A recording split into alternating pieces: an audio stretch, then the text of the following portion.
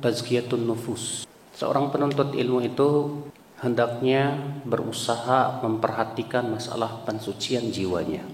Kenapa ya akhi? Karena ilmu itu cahaya. Sedangkan cahaya Allah itu tidak akan diberikan kepada orang-orang yang hatinya banyak maksiatnya. Imam Asy-Syafi'i berkata, "Syakautu ila waqi'in su'a hifdhi fa arsyadani ila tarkil ma'asi wa akhbarani bi anna al-ilma nurun wa nurullahi la yuhda lil 'asi."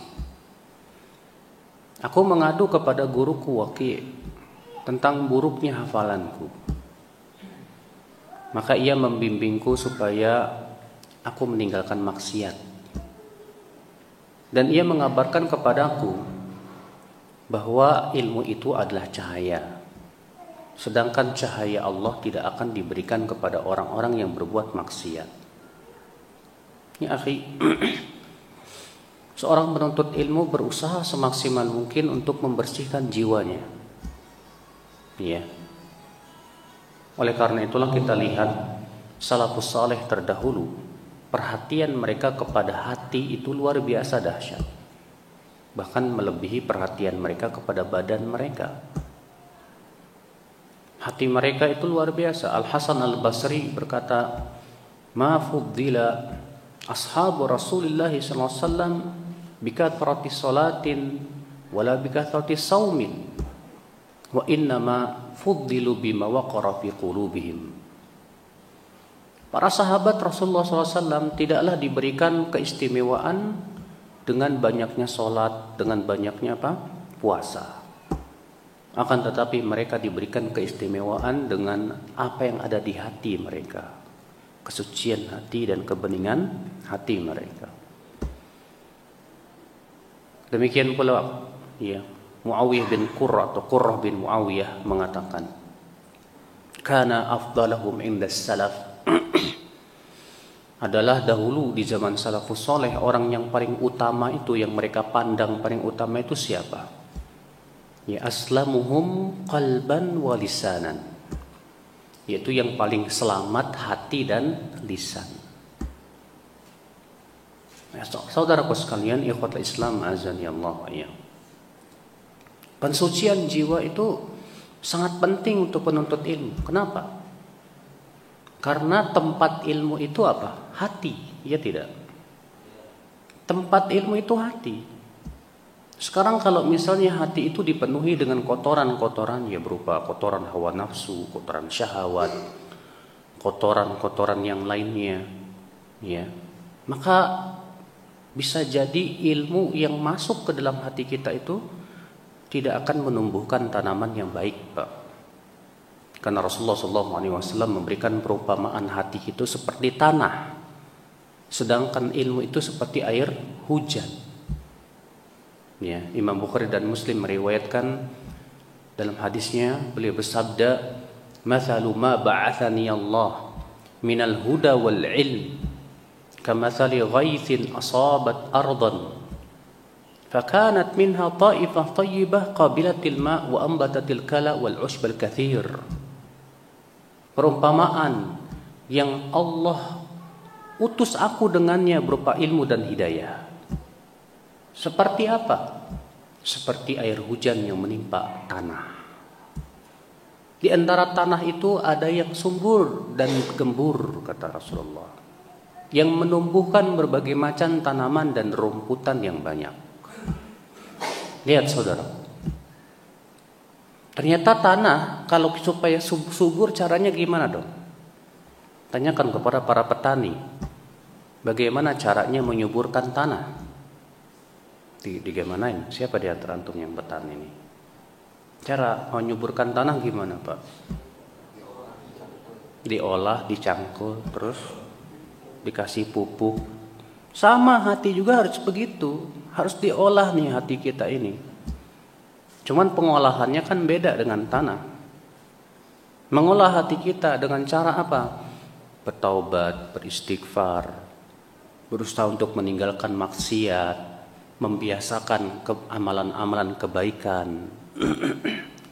Ya, supaya apa? Karena ketika hati kita sudah bersih, jiwa kita sudah bening, ilmu yang akan masuk pun juga akan bersih juga, Pak. Tapi kalau tanah itu banyak penyakitnya, banyak hamanya, kita nanam pohon susah. Kenapa? Tiap tumbuh habis sama hama. Ya, ada tikusnya, ada werengnya, ada macam-macam, ada ulatnya. Kita biarkan hama-hama itu. Akibatnya apa? Tanaman pun akan menjadi rusak. Sama halnya ketika hati kita ini banyak penyakitnya, maka tanaman amal pun jadi rusak. Tanaman ilmu juga jadi rusak, saudaraku. Ikhwatul Islam azani Allah wa iyyakum. Ya, Al-Hafidz Al-Imam Adz-Dzahabi dalam kitab Syiar A'lamin Nubala berkata, "Idza ra'aita rajulan mujiddan fi talabil ilm, la hadda lahu fil qurubat, fa innahu rajulun mahin, yadullu ala anna niyatahu laysa bihasan." Kalau kamu melihat ada seorang penuntut ilmu, sungguh-sungguh dalam menuntut ilmunya, Pak. Tapi ibadahnya malas. Taqarrub kepada Allahnya susah. Maka kata beliau, ini orang hina, menunjukkan akan niatnya yang tidak lurus dalam menuntut ilmu Allah Subhanahu wa taala. Iya betul kata beliau, sebab yang namanya niat yang lurus itu, kalau kita memang betul-betul niatnya benar, ikhlas lillahi ta'ala, lurus dalam menuntut ilmu, pasti akan menghasilkan amal, tidak? Pasti akan menumbuhkan amal, saudaraku. Pasti akan menjadikan kita itu semakin dekat kepada Allah. Karena ilmu itu memang betul. Manfaat ilmu itu ketika kita sebagai seorang hamba semakin dekat kepada Allah pencipta kita. Tapi kalau ternyata kita menuntut ilmu malah menjadikan kita jauh dari Allah, malas beribadah, itu ada tanda, kata Al-Hafidz Adz-Dzahabi, ya, bahwa ilmu niat kita selama ini belum lurus. Ada sinyal, saudaraku. Maka dari itu, akhi, pensucian jiwa penting. Al-Quran menekankan pensucian jiwa luar biasa. Dalam surat apa itu? Pensucian jiwa itu dalam surat apa? Asy-Syams. Berapa kali Allah bersumpah dalam surat Asy-Syams untuk menetapkan pensucian jiwa? 11 kali. Bayangkan, tidak pernah Allah Subhanahu wa taala bersumpah lebih banyak dari surat ini. Wasyamsi wa duhaha wal qamari idza talaha wan nahari idza jallaha wal laili idza yakshaha was samai wa ma banaha wal ardi wa ma tuhaha wa nafsin wa ma sawwaha. Lihat tuh 11, bayangkan. Fa'alhamaha fujuraha wa taqwaha. Lalu Allah menyebutkan apa jawab sumpahnya. Buat apa Allah bersumpah 11 kali begitu banyaknya? Allah mengatakan qad aflaha man zakkaha. Sungguh telah beruntung orang yang mensucikan jiwanya. Wa qad khaba man dassaha, dan sungguh merugi orang yang merusak dan mengotori jiwanya. Masya Allah. Karena memang akhi, tujuan diturunkannya ilmu, tujuan disyariatkannya ibadah, mensucikan hati. Bukankah Allah berfirman dalam surat Al-Baqarah 21, "Ya ayyuhan nasu ubudu rabbakumul ladzi khalaqakum walladzina min qablikum la'allakum" apa? Lihat, ini tujuan apa? Ibadah. Hai manusia, beribadahlah kamu kepada Rabbmu yang telah menciptakan kamu, menciptakan orang-orang sebelum kamu. Apa tujuan daripada ibadah itu? Agar kamu bertakwa. Takwa itu di mana tempatnya? Di sini kata Rasulullah. Ala inna taqwa hahuna. Ala inna taqwa hahuna. Ala inna taqwa hahuna. Ketahuilah takwa itu di sini. Takwa itu di sini kata Rasulullah SAW. Berarti ibadah yang tidak menghasilkan ketakwaan itu adalah ibadah yang dimasuki oleh sesuatu. Ya. Kita selama ini menuntut ilmu, sholat, Masya Allah, berbagai macam ibadah yang kita lakukan, tapi ternyata tidak menimbulkan ketakwaan, tidak menimbulkan rasa takut kepada Allah. Ada apa? Kenapa? Berarti harus diperiksa Pak, dicek gitu. Ikhwatul Islam, saudara-saudaraku sekalian. Lihat para sahabat, bagaimana kebeningan hati mereka. Ya. Suatu ketika Rasulullah SAW duduk bersama para sahabatnya. Lalu Rasulullah bersabda, "Yatlu'ul an rajulun min ahlil jannah." Sekarang akan muncul seorang laki-laki dari penduduk surga. Datanglah seorang Ansor menenteng sendalnya dalam keadaan terlihat habis berwudu dia. Keesokan harinya Rasulullah SAW kembali bersabda, akan muncul sekarang penduduk surga. Ternyata yang datang yang kemarin, dalam keadaan yang sama dia menenteng sendalnya. Ya. Kemudian keesokan harinya Rasulullah kembali bersabda, "Yatlu'ul an rajulun min ahlil jannah." Muncul sekarang seorang laki-laki dari penduduk surga. Ternyata yang muncul dia lagi. Akhirnya Abdullah bin Amr bin Al-As penasaran, Pak.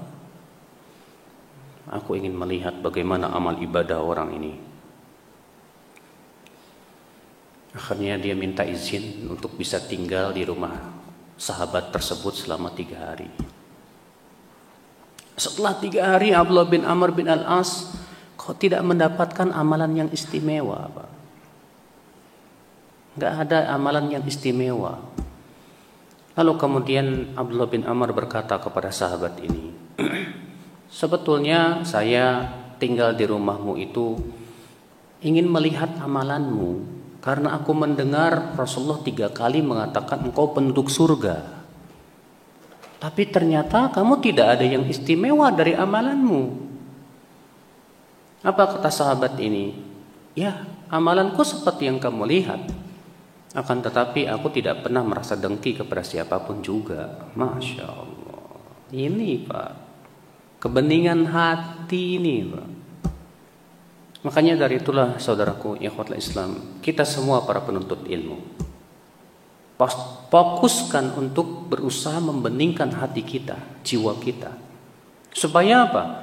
Karena sudah kita sebutkan tadi, ketika jiwa kita itu sudah bersih dan bening, maka air hujan yang turun pun, ilmu-ilmu yang kita dapat pun akan menumbuhkan hasil yang sangat baik sekali. Tanaman-tanaman amal pun akan terlihat, Masya Allah, luar biasa. Menumbuhkan buah-buahan yang ranum. Ya Allah. Makanya saudaraku ikhwatul Islam, azani Allah wa yakum, ya.